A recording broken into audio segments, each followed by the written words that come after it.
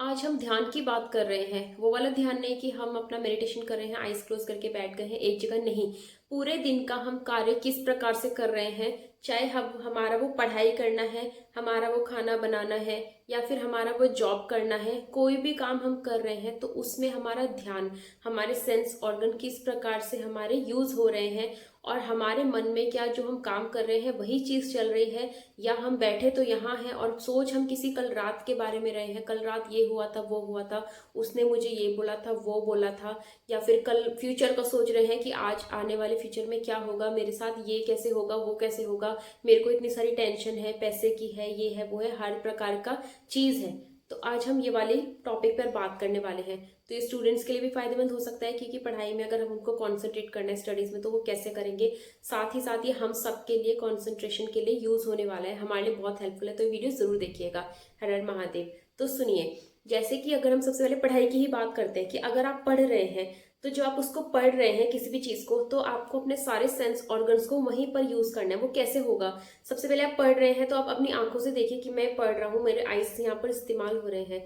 साथ ही साथ आप उसको पढ़ रहे हैं तो बोलकर पढ़िए। अगर नहीं बोल सकते हैं साइलेंटली तो मन के अंदर बोलिए, तो हमारा बोलने वाला टंग का यूज वहां पर हो गया। फिर आप जब उसको बोल रहे हैं, पढ़ रहे हैं, तो साथ ही साथ उसको अपने कानों से सुनिए। उसको सारा कानों का ध्यान भी उधर लाइए कि जो मैं पढ़ रहा हूँ मैं वहां भी सुन रहा हूँ। साथ ही साथ जब आप उसको फिर पढ़ रहे हैं तो हमारा चौथा सेंस ऑर्गन है हमारी स्किन। हमें मतलब फील, हमें स्किन फील कराती है। तो पढ़ते वक्त मुझे कैसा फील हो रहा है आप ये देखिए। साथ ही साथ फिर आपका नोज, नोज से आप क्या करते हैं, स्मेल करते हैं। साथ ही साथ आप ब्रीदिंग भी करते हैं। पढ़ते वक्त आप किस टोन में पढ़ रहे हैं, कैसा आपका पढ़ने का तरीका है, उसकी ब्रीदिंग पैटर्न क्या है, तो अपने ब्रीदिंग पैटर्न भी साथ साथ आप ध्यान दे रहे हैं। तो आप जो भी काम कर रहे हैं पांचों वक्त आपने पूरा अपनी बॉडी के सेंस ऑर्गन्स पर अपने आप अपना सारा ध्यान केंद्रित कर दिया।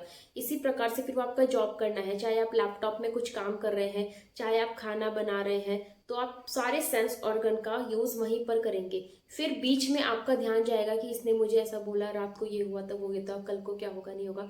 उसी टाइम खुद को अवेयर कराना है, अपनी कॉन्शियसनेस को ध्यान में रखना है। और खुद को, जैसे एक टीचर बच्चे को बोलता है कि बेटा काम करो और अभी आपको खेलना बाद में है, अभी पढ़ाई करना है, तो खुद को ही आप अपने साथ बोलिए कि अभी मुझे अपना सारा फोकस, जो मैं काम कर रहा हूँ, पढ़ रहा हूँ, खाना बना रहा हूँ, लैपटॉप में काम कर रहा हूँ, मुझे अपना सारा ध्यान इसमें रखना है। ध्यान इन द सेंस कि हमको अपने सारे सेंस ऑर्गन्स को जो एक्टिविटी कर रहे हैं उसमें इन्वॉल्व रखना है। इधर उधर से मन आपका कह रहा है कि ये है, वो है, उसको बोलो अभी शांत हो जा, ये बातें हम बाद में करेंगे, उनको आप बाद में सेल्फ टॉक के जरिए करिए। और फिर अपने मन को अच्छा ही समझाइए, पॉजिटिव सेल्फ टॉक से समझाइए। यूनिवर्स है साथ में, भगवान जी है जिनको आप मानते हैं वो साथ में है, और वो ये चीज का सॉल्यूशन भी दे देंगे। लेकिन फिलहाल ये काम है, दिया गया है, ये मेरा काम है, तो मुझे अपने सारे सेंस ऑर्गन का यूज करके इसमें लगाना है। बार बार मन भटकेगा, खुद को खुद से याद दिलाना है, खुद को खुद का टीचर बन के आपको गाइड करना है। और जब आप ये करेंगे तो आपकी जिंदगी बेहतर होगी, बिकॉज आपके लाइफ का हर एक एरिया सुधरना शुरू हो जाएगा। बिकॉज आपके सारे सेंस ऑर्गन्स आप एक ही जगह में ध्यान लगा रहे हैं, और आपका ब्रीदिंग पैटर्न भी है साथ साथ।